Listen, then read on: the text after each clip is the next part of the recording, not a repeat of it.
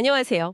오늘 저희가 함께 살펴볼 자료는 전 구글 CEO가 AI에 대해 이야기한 아주 심도 깊은 인터뷰입니다. 네, 안녕하세요. 여기서 정말 놀라운 예측을 하는데요. 앞으로 한 5년 안에 AI 시스템이 지금보다 무려 50배에서 100배는 더 강력해질 거라고 합니다. 50배에서 100배요? 네. 이게 상상만 해도 좀 아찔한 속도잖아요. 그렇죠.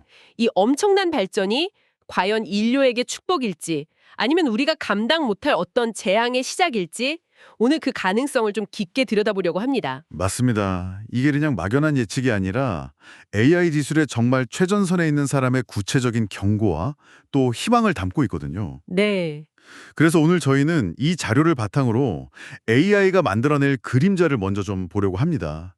뭐 전례 없는 사이버 공격이라든지 아, 생물학 무기의 위협, 심지어는 전쟁의 개념 자체를 바꾸는 그런 힘에 대해서 말이죠. 그리고 그 그림자를 지나서 우리 삶에 가장 맞닿아 있는 질문이겠죠. 바로 내 일자리는 어떻게 될까? 이 불안에 대해 인터뷰가 어떤 답을 내놓는지 또 한번 살펴볼 거고요. 네, 가장 중요한 문제죠. 그리고 마지막으로는 이 모든 위험에도 불구하고 우리가 왜 이 기술을 포기할 수 없는지 AI가 품고 있는 그 위대한 잠재력까지 파고들어 보겠습니다. 좋습니다. 자, 그럼 시작해 볼까요? 이 인터뷰 저자가 가장 먼저 그리고 아주 강하게 경고하는 부분은 역시 AI의 위험성이었습니다. 여러 가지를 언급하는데 당장 우리 코앞에 닥친 가장 즉각적인 위협은 뭐라고 봐야 할까요? 세 가지를 핵심적으로 짚고 있습니다. 그중 첫 번째는 단연 사이버 공격이고요. 사이버 공격이요. 네, 특히 제로데이 공격의 위협을 강조하는데요. 아, 제로데이 공격. 이게 뭐냐면 아직 세상에 알려지지 않아서 보안 패치도 없는 시스템의 취약점을 찾아내는 그런 해킹 기법입니다. 근데 인간 해커들도 이런 공격을 하잖아요. AI가 투입되면 구체적으로 뭐가 달라지는 건가요? 단순히 그냥 속도가 빨라지는 것 이상의 문제인가요? 바로 그 지점이 핵심입니다. 이건 속도의 문제가 아니라 공격의 질이 달라지는 차원이에요. 질이요. 네, 인간 해커는 잠도 자야 하고 지치면 집중력도 떨어지잖아요. 그렇죠. 동기가 없으면 포기하기도 하고요. 하지만 AI는요, 목표가 주어지면 24시간 내내 정말 1초도 쉬지 않고 무한한 인내심으로 시스템의 모든 문을 두드려 보는 겁니다. 와, 인간이라면 진작에 포기했을 그 지점 너머까지 파고드는 거죠. 이건 뭐 방어하는 입장에선 그야말로 악몽 같은 상황이 펼쳐지는 겁니다. 끊임없이 시도하는 완벽한 공격수네요. 와, 두 번째 위협도 만만치 않던데요. 생물학 무기, 그러니까 바이오 테러의 가능성도 언급했죠. 네, 위험한 바이러스를 만드는 데 필요한 지식이 AI를 통해 훨씬 쉽게 대중화될 수 있다는 우려입니다. 아, 이게 그냥 하는 말이 아니라 이 인터뷰가 나올 당시 이미 백악관에서 이 문제를 다루기 위한 위원회가 활동 중이었다고 언급할 정도로요. 아주 현실적인 위협으로 보고 있는 거죠. 나쁜 의도를 가진 소수가 전 세계를 위협할 힘을 갖게 될 수도 있다. 바로 그겁니다. 디지털 생물학적 위협에 이어서 세 번째는 물리적인 충돌, 즉 전쟁의 양상이 바뀐다는 거였죠. 이건 단순히 그냥 신무기가 등장하는 것과는 좀 다른 이야기 같았어요. 그렇습니다. 전쟁의 패러다임 자체가 바뀌고 있다는 거예요. 우크라이나 전쟁을 아주 중요한 예시로 드는데요. 네네. 이제 500만 달러짜리 최신 탱크가 5천 달러짜리 드론 한 대 허무하게 파괴되는 시대라는 거죠. 와, 정말 가성비가 비교가 안 되네요. 그렇죠. 과거처럼 병사들이 참호해서 목숨 걸고 싸우는 게 아니라 수천 킬로미터 떨어진 안전한 사무실에서 누군가 커피를 마시면서 조이스틱으로 드론을 조종하는 그런 드론 대 드론의 싸움이 현실이 됐습니다. 전쟁에서 물리적인 또 심리적인 거리가 그렇게 멀어진다는 게 좀 섬뜩하게 들리네요. 마치 비디오 게임처럼 느껴질 수도 있겠어요. 바로 그겁니다. 인터뷰에서도 그 전쟁의 게임화가 가져올 윤리적인 문제, 그러니까 전쟁에 대한 도덕적 장벽을 낮출 수 있다는 점을 아주 심각하게 우려하고 있습니다. 이런 위험한 지식들이 다 어디서 나오는 걸까 궁금했는데 자료에 등장하는 로우 모델이라는 개념과 관련이 깊겠군요. 우리가 쓰는 챗 GPT 같은 거랑은 다른 건가요? 아주 정확한 지적이십니다. AI는 기본적으로 인류가 인터넷에 써놓은 거의 모든 텍스트를 거대한 슈퍼컴퓨터에 흡수해서 학습하거든요. 네. 그렇게 학습을 막 끝낸 어떤 안전 필터도 거치지 않은 그 날 것 그대로의 결과물이 바로 로우 모델입니다. 날 것 그대로요? 네. 여기엔 인류의 위대한 지식도 있지만 제로데이 공격 방법, 핵폭탄 제조법, 바이러스 합성법 같은 온갖 어두운 지식도 그대로 담겨 있죠. 그렇다면 우리가 일상에서 쓰는 AI는 이 로우 모델을 한번 정제한 버전이겠군요. 맞습니다. 구글이나 오픈 AI 같은 기업의 신뢰 및 안전팀이 이 로우 모델을 일종의 문명화시키는 겁니다. 문명화요. 네. 위험한 질문에는 답하지 않도록 안전장치를 겹겹이 씌우는 거죠. 하지만 문제는 이 로우 모델 자체가 유출되거나 누군가 악의적으로 안전장치 없는 모델을 만들어 퍼뜨리면 정말 걷잡을 수 없는 혼란이 생길 수 있다는 겁니다. 여기서 정말 근본적인 질문이 생기는데요. AI가 인간이 가르쳐주지 않은, 심지어 우리도 모르는 무언가를 스스로 학습해버리면 어떡하죠? 그런 건 테스트조차 할 수 없는 거 아닌가요? 그것이 바로 이 기술의 가장 예측 불가능하고 무서운 부분입니다. 전문가들은 이걸 창발적 행동이라고 부르거든요. 창발적 행동? 말 그대로 없던 능력이 갑자기 툭 튀어나오는 거죠. 인터뷰에 나온 예시가 정말 인상적인데 개발자들이 AI에게 웹사이트 이미지 사진을 보여줬대요. 그랬더니 AI가 그걸 보고 갑자기 그 웹사이트를 구현하는 컴퓨터 코드를 스스로 생성해냈다는 겁니다. 아니, 아무도 코딩을 가르친 적이 없는데도요. 네, 스스로 원리를 깨우친 거죠. 와, 그런 예측 불가능한 모델이 유출되기라도 한다면 정말 큰일이겠군요. 그렇기 때문에 이 강력한 모델을 어떻게 통제할 것인가, 이게 이제 최대 현안이 되는 겁니다. 이 지점에서 인터뷰는 아주 강력하고 섬뜩한 비유를 하나 제시합니다. 바로 그 플루토늄 공장이었죠. 네, 핵무기의 원료인 플루토늄은 극도로 위험하잖아요. 그렇죠. 그래서 보통 군사기지 안에 있는 또 다른 특별 보안구역에서 기관총으로 무장한 경비들이 삼엄하게 지키거든요. 네. 앞으로 가장 강력한 최상위의 AI 모델들은 단순한 사이버 보안을 넘어서 핵물질처럼 이런 물리적 보안이 필요한 데이터 센터에 보관해야 하는 것 아니냐, 이런 질문을 던지는 겁니다. 정보를 다루는 데이터 센터를 핵시설처럼 관리해야 한다니 우리가 지금 어떤 기술을 마주하고 있는지 그 심각성이 확 와닿네요. 그렇죠. 그렇다면 앞으로 AI의 미래는 크게 두 가지 갈림길에 놓이게 되겠군요. 맞습니다. 하나는 그나마 바람직한 봉쇄 시나리오입니다. 봉쇄요? 네. 가장 강력한 소수의 AI 모델이 미국, 영국, 중국 같은 몇몇 국가의 통제하에 있고 각국 정부가 마치 핵 억제력처럼 서로를 견제하며 관리하는 세상이죠. 그럼 다른 하나는 훨씬 암울하겠네요. 바로 확산 시나리오입니다. 이 기술의 복제가 너무 쉬워져서 오픈소스 등을 통해 전 세계로 퍼져나가고 결국 테러리스트나 독재자의 손에까지 들어가는 최악의 상황이죠. 인터뷰에서는 이 확산 문제에 대해서는 아직 표족한 해결책이 없다고 아주 단호하게 말합니다. 한번 퍼져나가면 다시 주워 담을 수 없다는 거예요. 이런 봉쇄 시나리오가 되려면 주요 국가들의 협력이 필수적인데 가장 큰 변수는 역시 중국 아닐까요? 그들이 서번과 같은 수준의 안전정치를 도입할 거라고 기대할 수 있을까요? 이 부분에 대한 예측이 아주 역설적이어서 흥미롭습니다. 역설적이요? 네. 인터뷰 저자는 중국이 표현의 자유를 억압하는 그 권위주의적인 성향 때문에 오히려 AI를 비교적 책임감 있게 다룰 거라고 예측합니다. 아, 오히려요? 네, 시민들에게 자유로운 AI를 쥐어주기보다는 사회 통제에 용이하도록 강력하게 필터링하고 제한할 가능성이 높다는 거죠. 시민 통제에 한해서는 그렇겠지만 군사적인 측면은 이건 완전히 다른 문제일 텐데요. 물론입니다.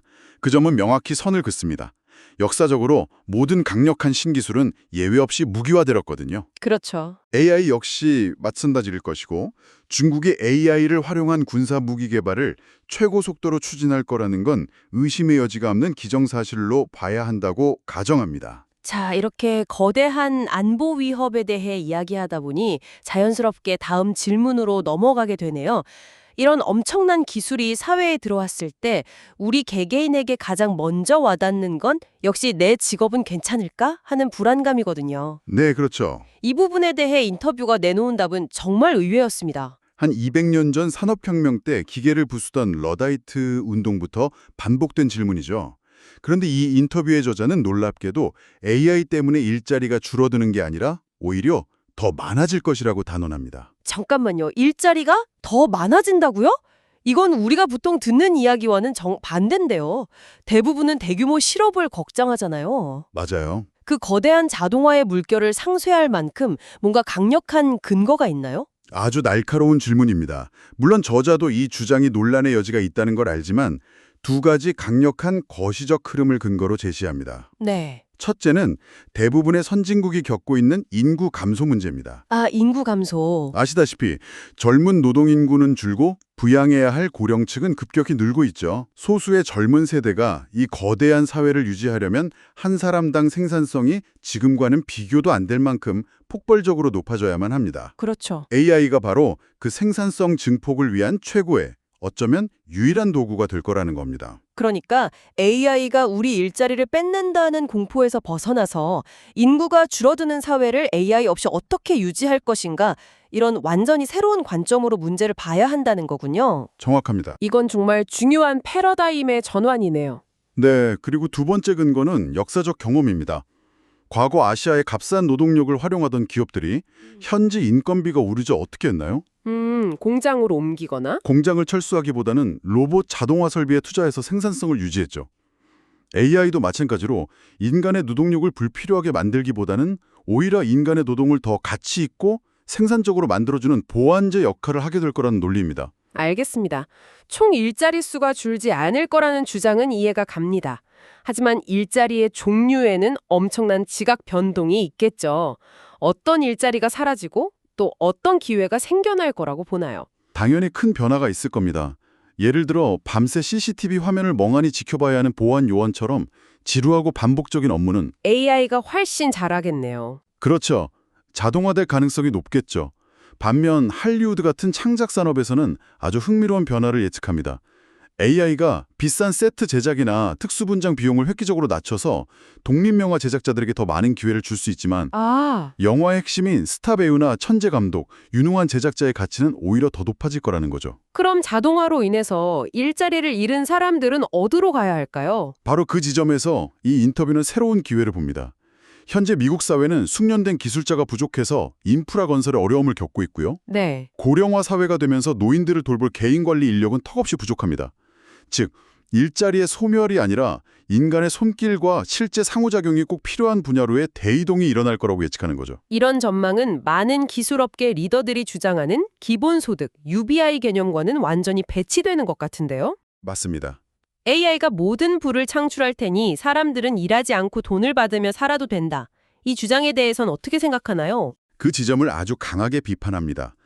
AI가 엄청난 풍요를 만들어낼 거라는 데는 동의하지만 그 결과 대부분의 사람이 일할 필요가 없어질 거라는 기술 유토피아적 시각에는 전혀 동의하지 않습니다. 왜죠? 인간은 단순히 잉여 생산물을 배급받는 것에 만족하는 존재가 아니라는 거죠. 인간에겐 목적의식과 성취감이 필요하다는 겁니다. 그저 생존하는 것과 의미 있게 사는 것은 다르다는 거군요. 그렇습니다.